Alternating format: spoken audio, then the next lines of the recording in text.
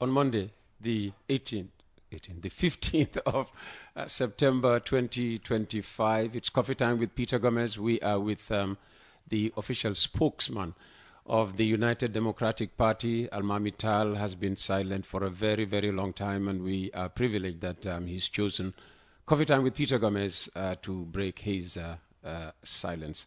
How does the party intend to rally behind Lawyer Dabo and prevent further fragmentation ahead of the 2026 presidential election, which a lot of people are describing as high stakes?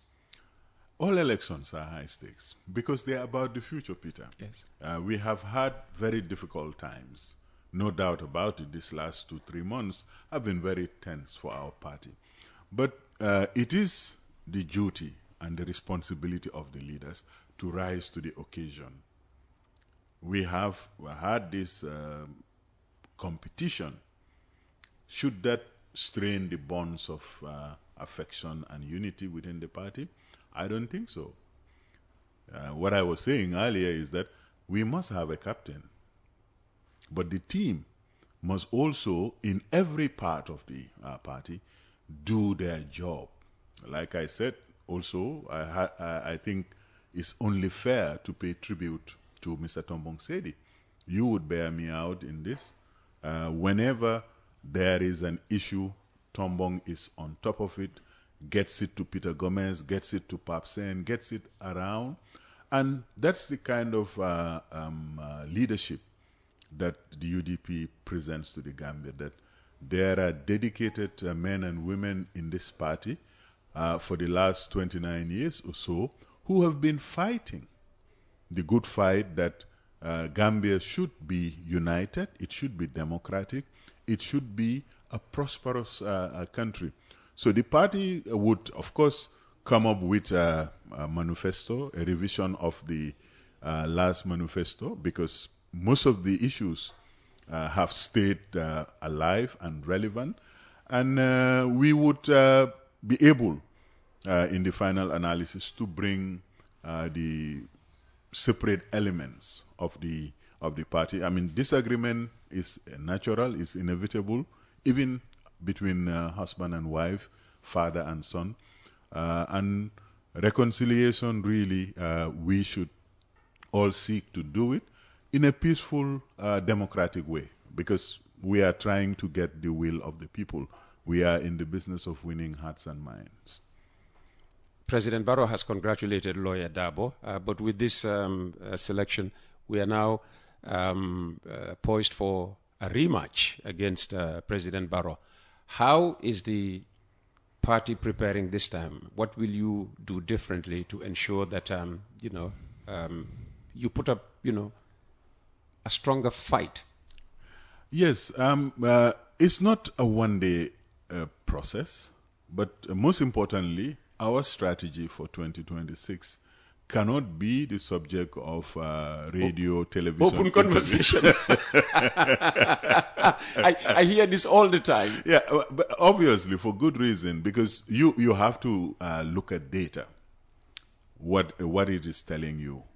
Where is your demographic going and nationally? What is data telling you? Because we've had surveys, that has told us something not pleasing to your party. Well, I don't know whether it's pleasing or not pleasing to the party. It's just data taken at a given time.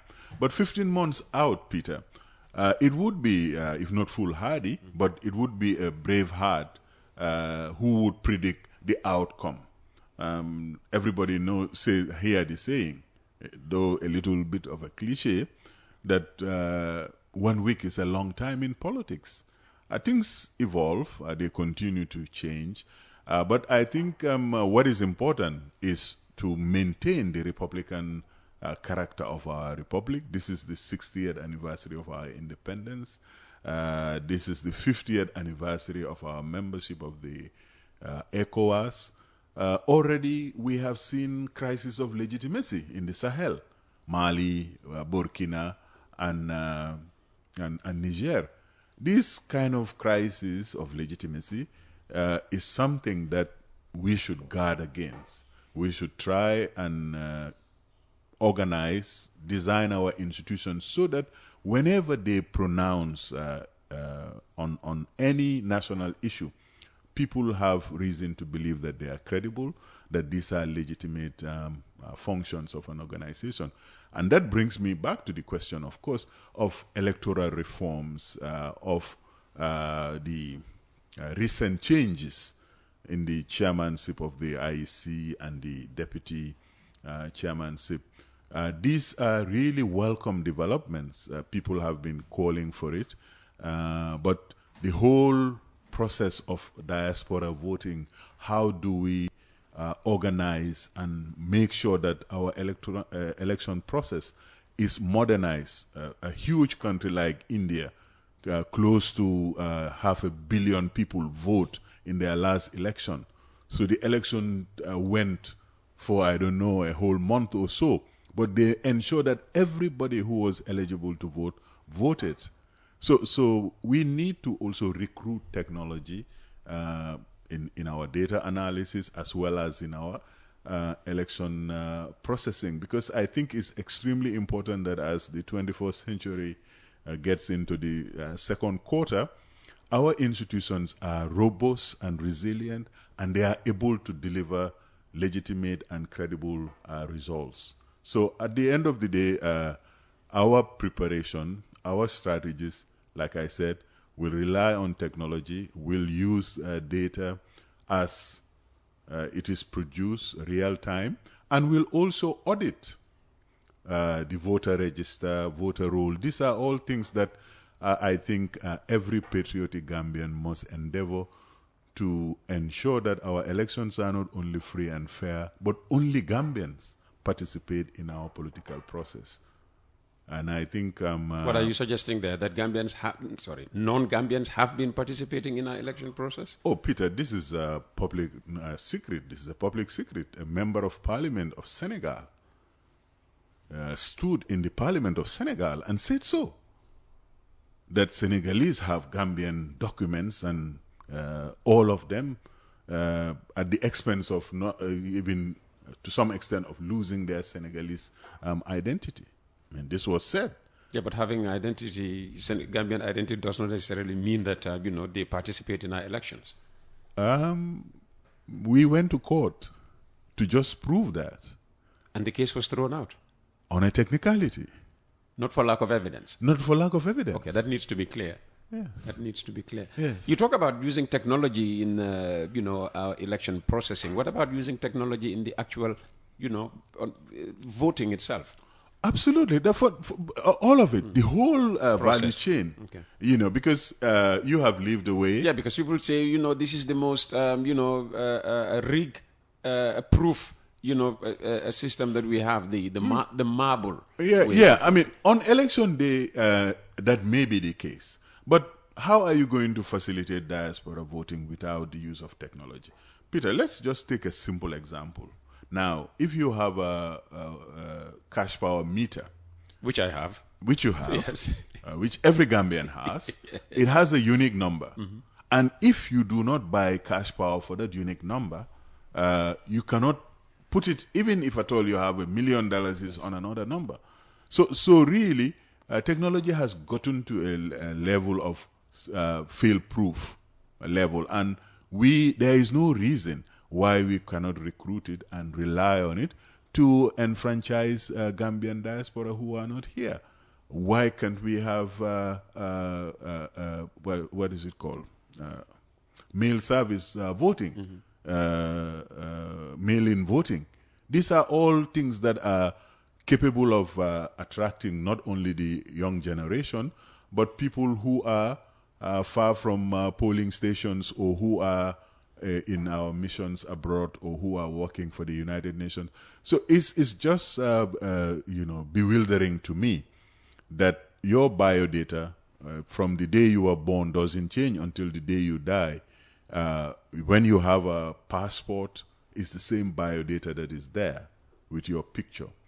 When you have an ID card, it's the same biodata that is there with your picture.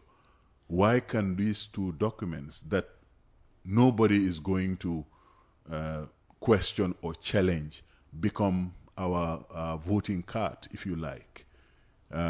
Why is it that for these two documents you have to pay for it, but for your voter's card you don't pay for it? What's the logic?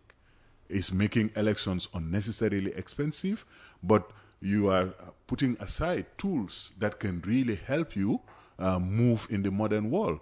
We are talking about digitalization. We hear the great results the Gambia Revenue Authority is having.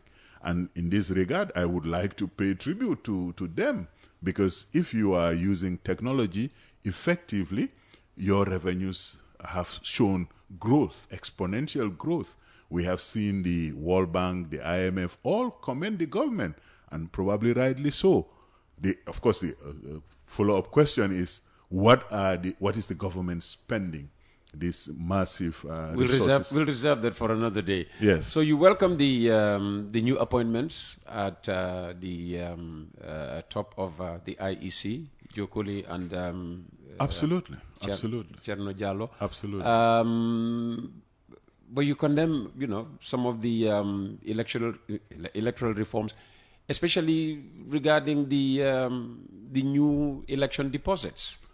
Oh yes, I think elections should not be vanity projects. They should not be something that people trifle with. But to raise the financial subscription for it so high, for me, is a form of trying to deny people from participating in elections. And I think Gambians now, more than ever, should try to build together. We should try to combine our efforts, because at the last presidential elections, we had in the beginning something like 18 presidential aspirants.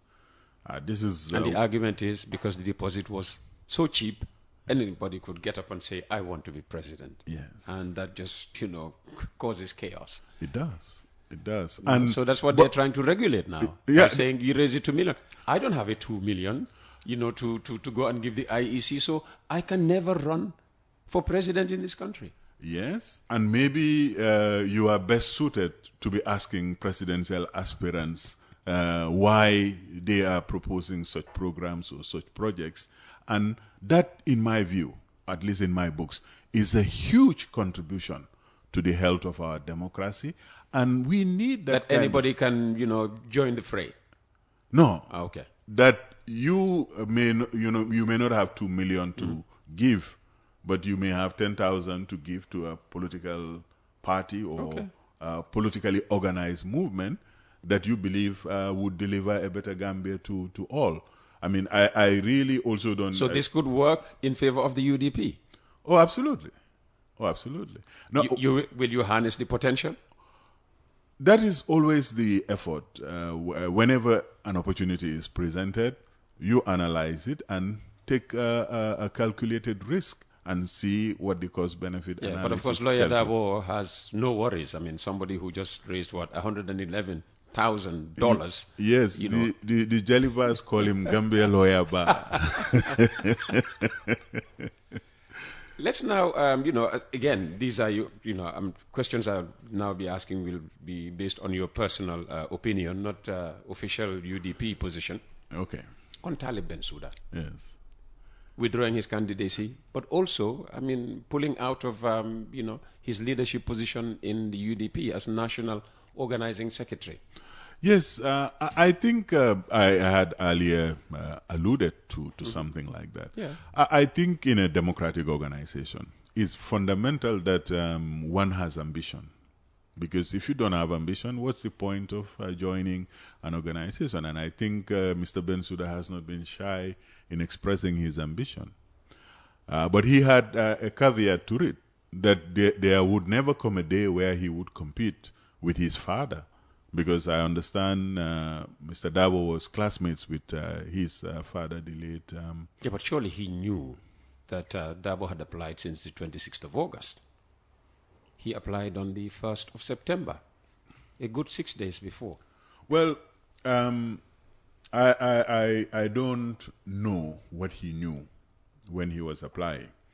I'm just speaking to the fact that he mentioned many times that he will never contest any position. Yeah, he said that. Yeah. He said that. So that being the case, now that the matter has settled down, and he has to advise himself, he has to make decisions about his political future. And he has time on his side, relatively. He is one of the youngest leaders the Gambia has seen in a long time, since the days of Babili Mansa. Yeah, so it looks like Gambia, every generation, once in every generation, you will have a very dynamic, charismatic young leader. And I think Talib is all of that. These decisions, I'm sure, done after serious reflection. I'm sure with very good advice. I know Talib's family. It's a very distinguished family in the law, in the fields of technology. So I'm sure he's relying on very good advice to decide one way or the other how his career is going to progress forward. Will he stay in the UDP through 2026? Again, this is his call, but so far, and we have to respect his decision. So far, he has not resigned from the party.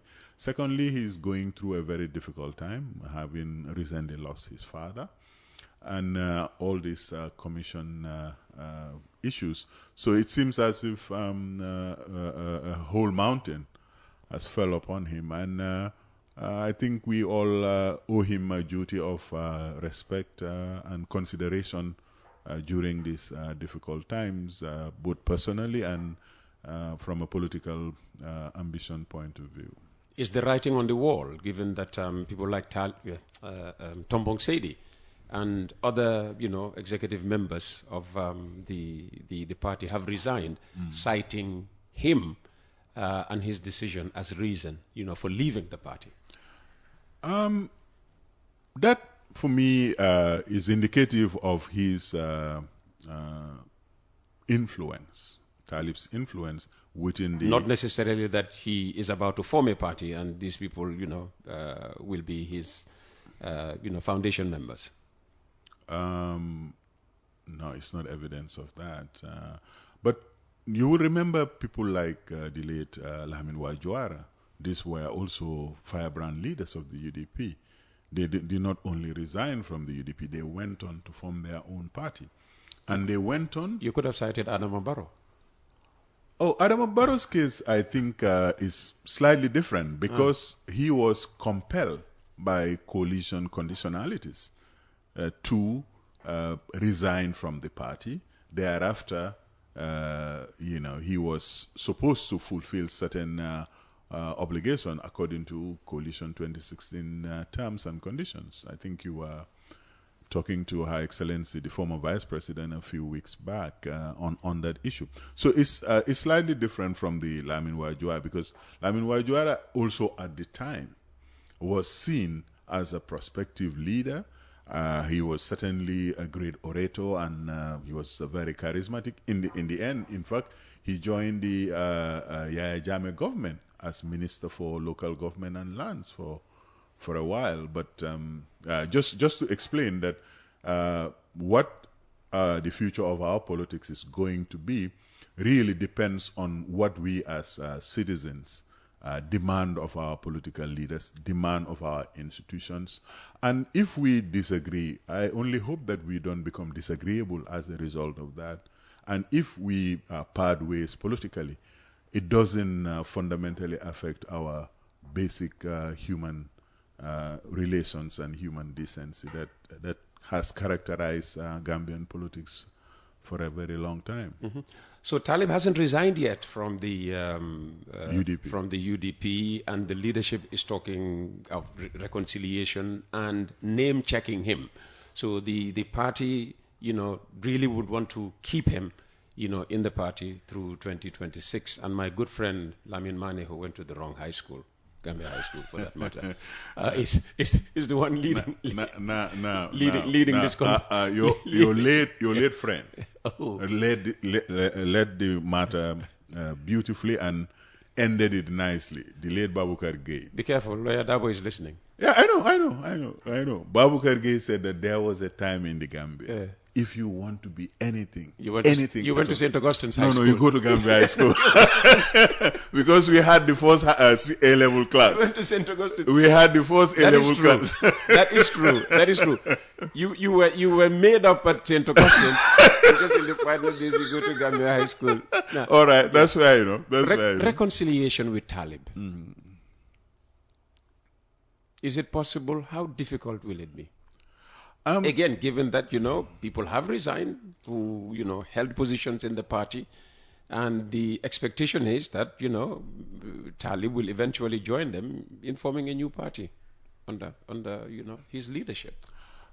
I, for one, would advise against this fragmentation, because forming a party has a very huge toll on the formers, because you will spend a lot of time trying to avoid or settle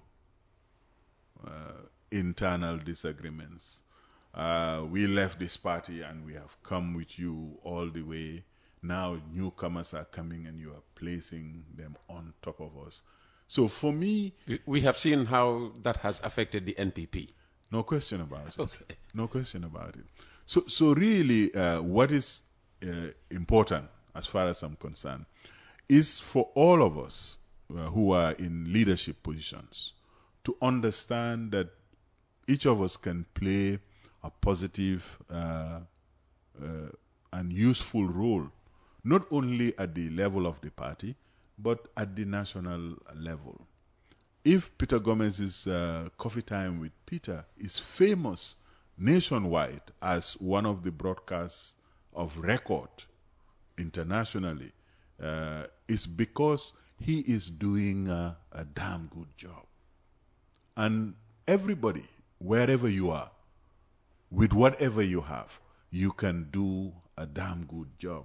So having many parties, I see the oldest democracies, that is the USA, the mother of parliaments, the UK, India, the largest democracy. You have a few parties. I mean, that is the best way to usher in democratic change, because you will have at least limited options. So at the end of the day, I really think Talib Ahmed Bensouda is a political phenomenon. There is no question about it. He has a lot of cross-party appeal. People openly say so. I'm not UDP Almamy, but I support Talib Bensouda. If Talib Bensouda is your candidate, I will vote for UDP. So this is a recognition of his electability and his appeal. Now, does that mean that he can go it alone? Does it mean he can be the unbeatable candidate? I don't think so. I think his rise in Gambian politics he owes to the UDP. But the UDP is a large institution. There are some who do not approve of me, who do not approve of my style of talking, who do not approve of my measured utterances, and they tell me to my face. What I respond always is that, well, we can disagree about opinions, but let's not try to play with the facts. The facts are what they are, and I think this is Talib's decision. And if he chooses one way or the other, all we can do is to wish him well. But some of us would urge him to stay within the fold of the UDP, that he has a very, very, very bright future in Gambian politics, one way or the other. What I cannot say for certain is others who had decided to officially leave the UDP, whether they will come back or whether they will form a political party. Again, I don't think we should spend as much time on personalities as on the ideas that can bring this country together and move it forward. Mm-hmm. And what about the rhetoric that has, greeted his decision to withdraw his candidacy? Maybe that was not that controversial, but to resign from his position as National Organizing Secretary. You can only be responsible for what your brother Peter Gomez tells you or says to you or says in your presence. You have a responsibility to tell him, well, the facts are that this is a democratic organization. I can choose to be a candidate. I can withdraw my candidature. I can choose to remember, it's a voluntary job. Being organizing secretary of the UDP or spokesperson or party leader, all of these are unpaid jobs. So if people are doing it for the sake of principle and Republican values, they must be respected. But the fringe or the extreme side of all the political parties in this country think that rhetoric that is incendiary, that is inflammatory, is a mark of either bravery or intelligence.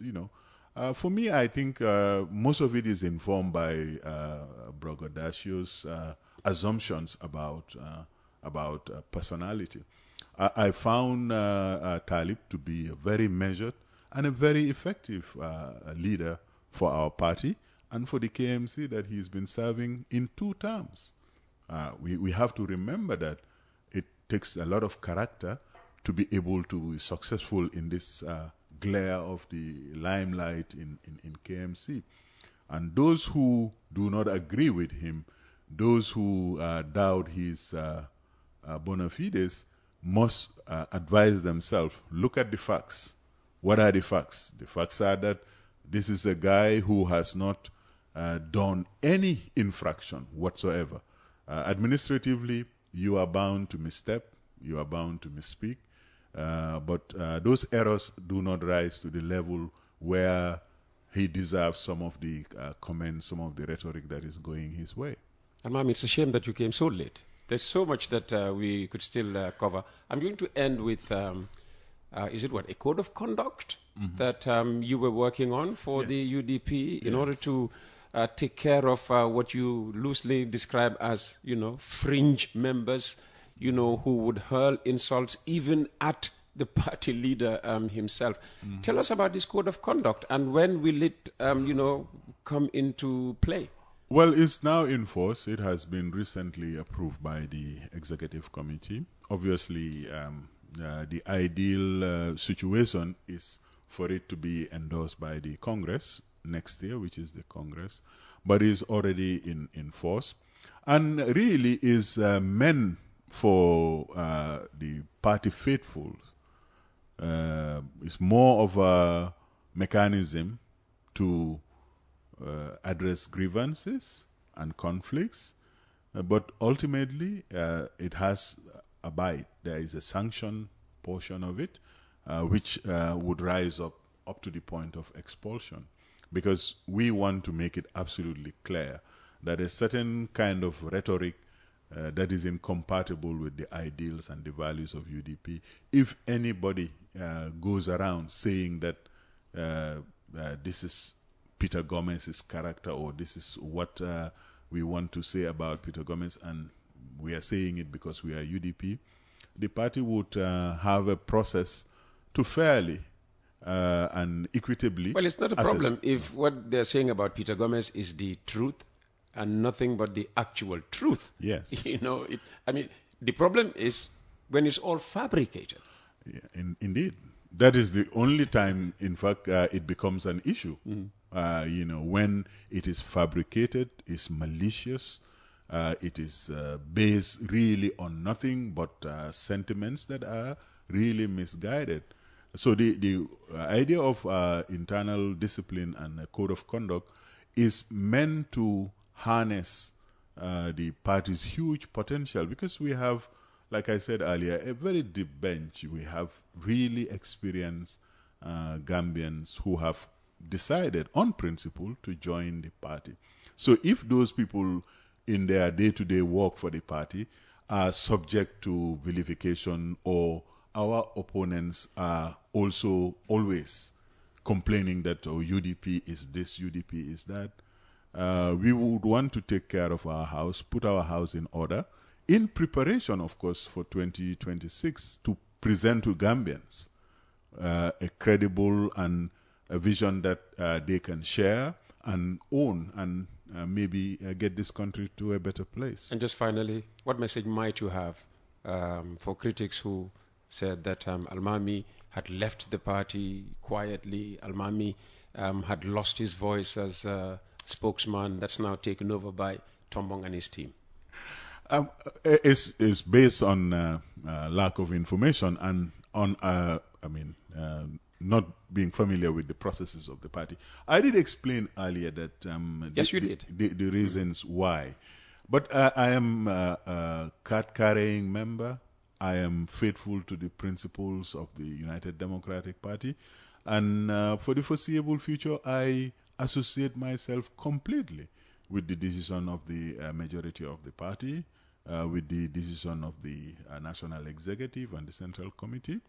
Whenever I feel that the roles that I want to play have become either incompatible with my party positioning, I will be the first one to go and consult with the party leadership, particularly the party leader, and explain myself. I know, people like to hear scandals or assume the worst of each other. I would rather think the best of all of us, and hope that Gambians will rise to a new kind of politics that is based on integrity, that is based on accountability, that is ultimately based on building a unified nation. Almamy, thank you very much for your time this morning. Thank you, Peter. Jar Oil. The company have filling stations across the country, and our rates are relatively cheaper than anyone else across the country. Jar Oil is the biggest producer and distributor of cement in the country with the most competitive prices in the market.